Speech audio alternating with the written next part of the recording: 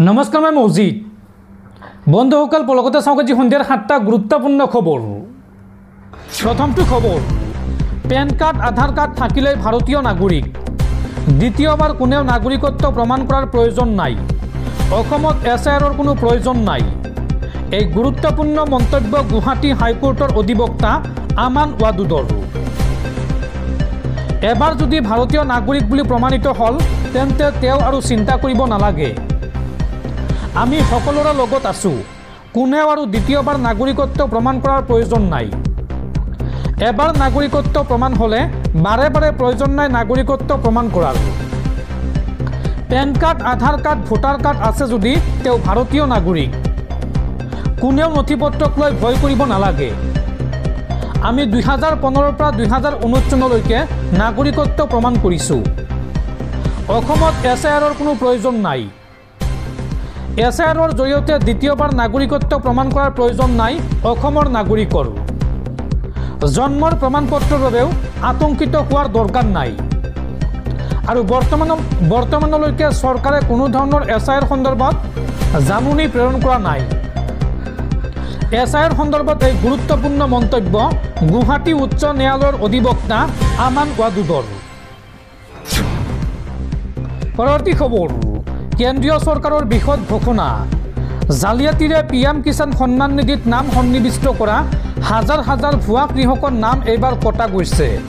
আৰু শীঘ্ৰেই প্ৰকৃত কৃষকসকলে লাভ কৰিব PM কিষাণ সন্মান নিধিৰ 21 নং কিস্তিৰ ধন। এই সন্দৰ্ভত বৃহৎ ঘোষণা কেন্দ্ৰীয় চৰকাৰৰ। এইবাৰ PM কিষাণৰ ধন নাপাব দেশৰ হাজাৰ হাজাৰ ভুৱা কৃষকে। জালিয়াতিৰে PM কিষাণ সন্মান নিধিত নাম সন্নিৱিষ্ট কৰা হাজাৰ হাজাৰ ভুৱা কৃষকৰ নাম এইবাৰ কটা গৈছে। PM কিষাণৰ 21 নং কিস্তিৰ ধন পাবলৈ সাজু হওক প্ৰকৃত কৃষকসকল। দেশৰ কোটি কোটি কৃষকে আৰু মাত্ৰ এমাহৰ ভিতৰত পাব 21 নং কিস্তিৰ ধন। দেশৰ 4খন ৰাজ্যৰ কৃষকে লাভ কৰিলে PM কিষাণৰ 21 নং কিস্তিৰ ধন। যিকোনো মুহূৰ্তত PM কিষাণৰ ধন লাভ কৰিব কৃষকসকলে। আৰু এইবাৰ নতুন নিয়মেৰে দেশৰ কৃষকসকলৰ একাউণ্টত জমা হ'ব ধন। দেশৰ 4খন ৰাজ্যক্ৰমে পাঞ্জাৱ, হিমাচল প্ৰদেশ, উত্তৰাখণ্ড আৰু জম্মু কাশ্মীৰত বিতৰণ কৰা হৈছে 21 নং কিস্তিৰ ধন। শীঘ্ৰেই আন ৰাজ্যৰ কৃষকৰ একাউণ্টতো জমা হ'ব 21 নং কিস্তিৰ ধন। আৰু সেয়া আজিয়েই কৰি লওক আপুনি KYC আপডেট। KYC আপডেট নকৰিলে লাভ নকৰিব PM কিষাণ সন্মান নিধিৰ 21 নং কিস্তিৰ ধন। পৰৱৰ্তী খবৰ, ৰাজ্যত পুনৰ ভয়ংকৰ গুলীয়াগুলী। এইবাৰ কোকৰাঝাৰৰ চালাকাটিত আৰক্ষীৰ সৈতে মাওবাদীৰ ভয়ংকৰ সংঘৰ্ষ। আৰু এই সংঘৰ্ষৰ সময়ছোৱাত আৰক্ষীৰ গুলীত মৃত্যু হৈছে এটা দুৰ্ধৰ্ষ মাওবাদী সদস্যৰ। কোকৰাঝাৰৰ চালাকাটিত আৰক্ষীৰ সৈতে মাওবাদীৰ ভয়ংকৰ সংঘৰ্ষ। আৰু এই সংঘৰ্ষৰ সময়ছোৱাত আৰক্ষীৰ গুলীত নিহত হৈছে এটা দুৰ্ধৰ্ষ মাওবাদী কেডাৰ আপেল মুৰ্মু। মাওবাদীৰ বিৰুদ্ধে নাদাংগুৰি পাহাৰত আৰক্ষীয়ে চলাইছিল অভিযান। দুদিন পূৰ্বে কোকৰাঝাৰৰ ৰেল লাইনত ঘটাইছিল IED বিস্ফোৰণ। আৰু মুখ্যমন্ত্ৰীৰ নিৰ্দেশৰ পিছতে কোকৰাঝাৰ আৰক্ষীয়ে চলাইছিল অভিযান। উল্লেখযোগ্য যে পূৰ্ব পৰিকল্পনা অনুসৰিয়েই মাওবাদীয়ে ৰেল লাইনত কৰিছিল বিস্ফোৰণ। আৰু এই বিস্ফোৰণত জড়িত মাওবাদীক চিনাক্ত কৰাৰ কথা কৈছিল মুখ্যমন্ত্ৰীয়ে। ঝাৰখণ্ড আৰক্ষীৰ মষ্ট ৱান্টেড আছিল এইগৰাকী নিহত আপেল মুৰ্মু। চালাকাটি ৰেল লাইনত বিস্ফোৰণৰ দৰে অনুৰূপ ঘটনা সংঘটিত কৰিছিল ঝাৰখণ্ডতো। আৰক্ষীয়ে শুকুৰবাৰে নিশা সন্ধান পাইছিল এইগৰাকী দুৰ্ধৰ্ষ মাওবাদী কেডাৰ আপেলৰ। আৰু তাৰ পিছত আৰক্ষীয়ে চলোৱা অভিযানকালত আপেলে চলাইছিল ধাৰাসাৰ গুলী। পিছত আৰক্ষীয়ে গুলীৰে প্ৰত্যুত্তৰ দিয়াত গুৰুতৰভাৱে আহত হৈছিল আপেল। আৰু আৰক্ষীৰ গুলীত আহত হোৱা মাওবাদীটোৰ চিকিৎসালয়ত চিকিৎসাধীন অৱস্থাত মৃত্যু হয়। ৰূপনাথ ব্ৰহ্ম অসামৰিক চিকিৎসালয়ত মৃত্যু হৈছে এই মাওবাদী কেডাৰটোৰ। দৰ্শকসকল আৰু বহুতো গুৰুত্বপূৰ্ণ খবৰ আছে। তাৰ আগতে আপোনাক জনাওঁ যে যদি আপুনি এতিয়ালৈকে এইটো ভিডিঅ'ত লাইক কৰা নাই তেন্তে এতিয়াই ভিডিঅ'টোত লাইক কৰি দিয়ক। আৰু এনেকুৱা ধৰণৰ ভিডিঅ'সমূহ নিতৌ চাবলৈ চেনেলটো ছাবস্ক্ৰাইব কৰি কাষত থকা বেল আইকনটো প্ৰেছ কৰি ৰাখক। পৰৱৰ্তী খবৰ, অসমত চলা উচ্ছেদ অভিযানক লৈ এইবাৰ সৰব হৈ পৰিছে বিশিষ্ট সমাজসেৱিকা মেধা পাটকাৰ। ৰাজ্য চৰকাৰৰ বিৰুদ্ধে সৰব হৈ মেধা পাটকাৰে মন্তব্য কৰি কয় যে সকলোৰে সমান অধিকাৰ আছে, কাকো কেতিয়াও গৃহহীন কৰিব নালাগে। বিশেষ সম্প্ৰদায় চাই উচ্ছেদ চলোৱাটো বন্ধ কৰক অসম চৰকাৰে। অসমৰ উচ্ছেদ অভিযানৰ বিৰুদ্ধে এইবাৰ সৰব হৈ পৰিছে বিশিষ্ট সমাজসেৱিকা মেধা পাটকাৰ। অসমলৈ আহি শিলহাকৰ উচ্ছেদিতৰ সৈতে আলোচনা মেধা পাটকাৰৰ।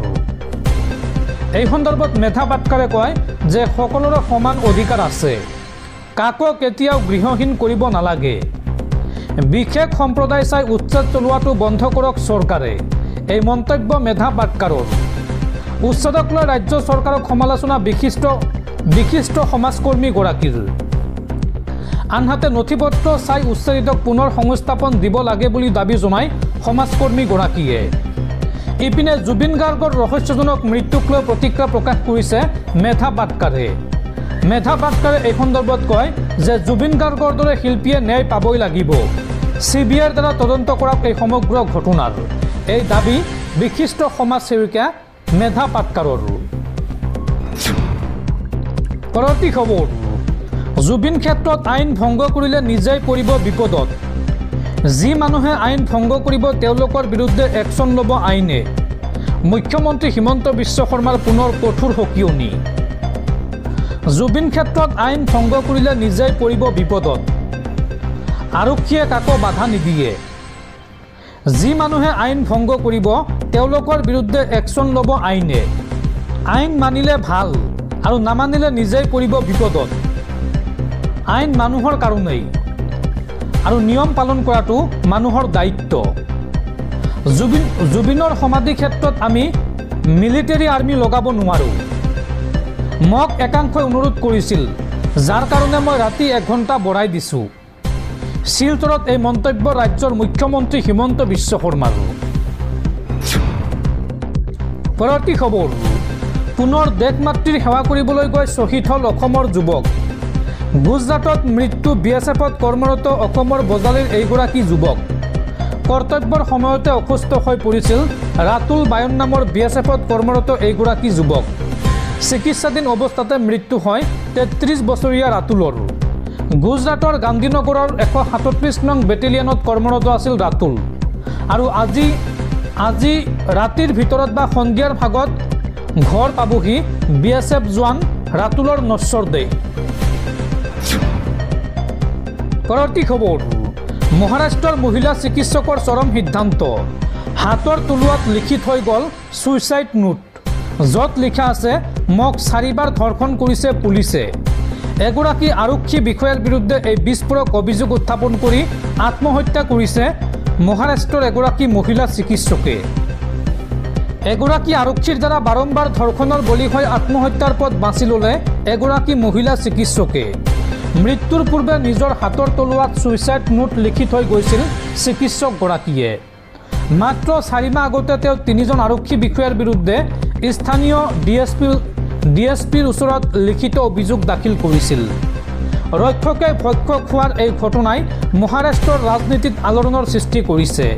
এই সমগ্ৰ ঘটনাক কেন্দ্ৰ কৰি কংগ্ৰেছে NDA চৰকাৰক কঠোৰ সমালোচনা কৰিছে।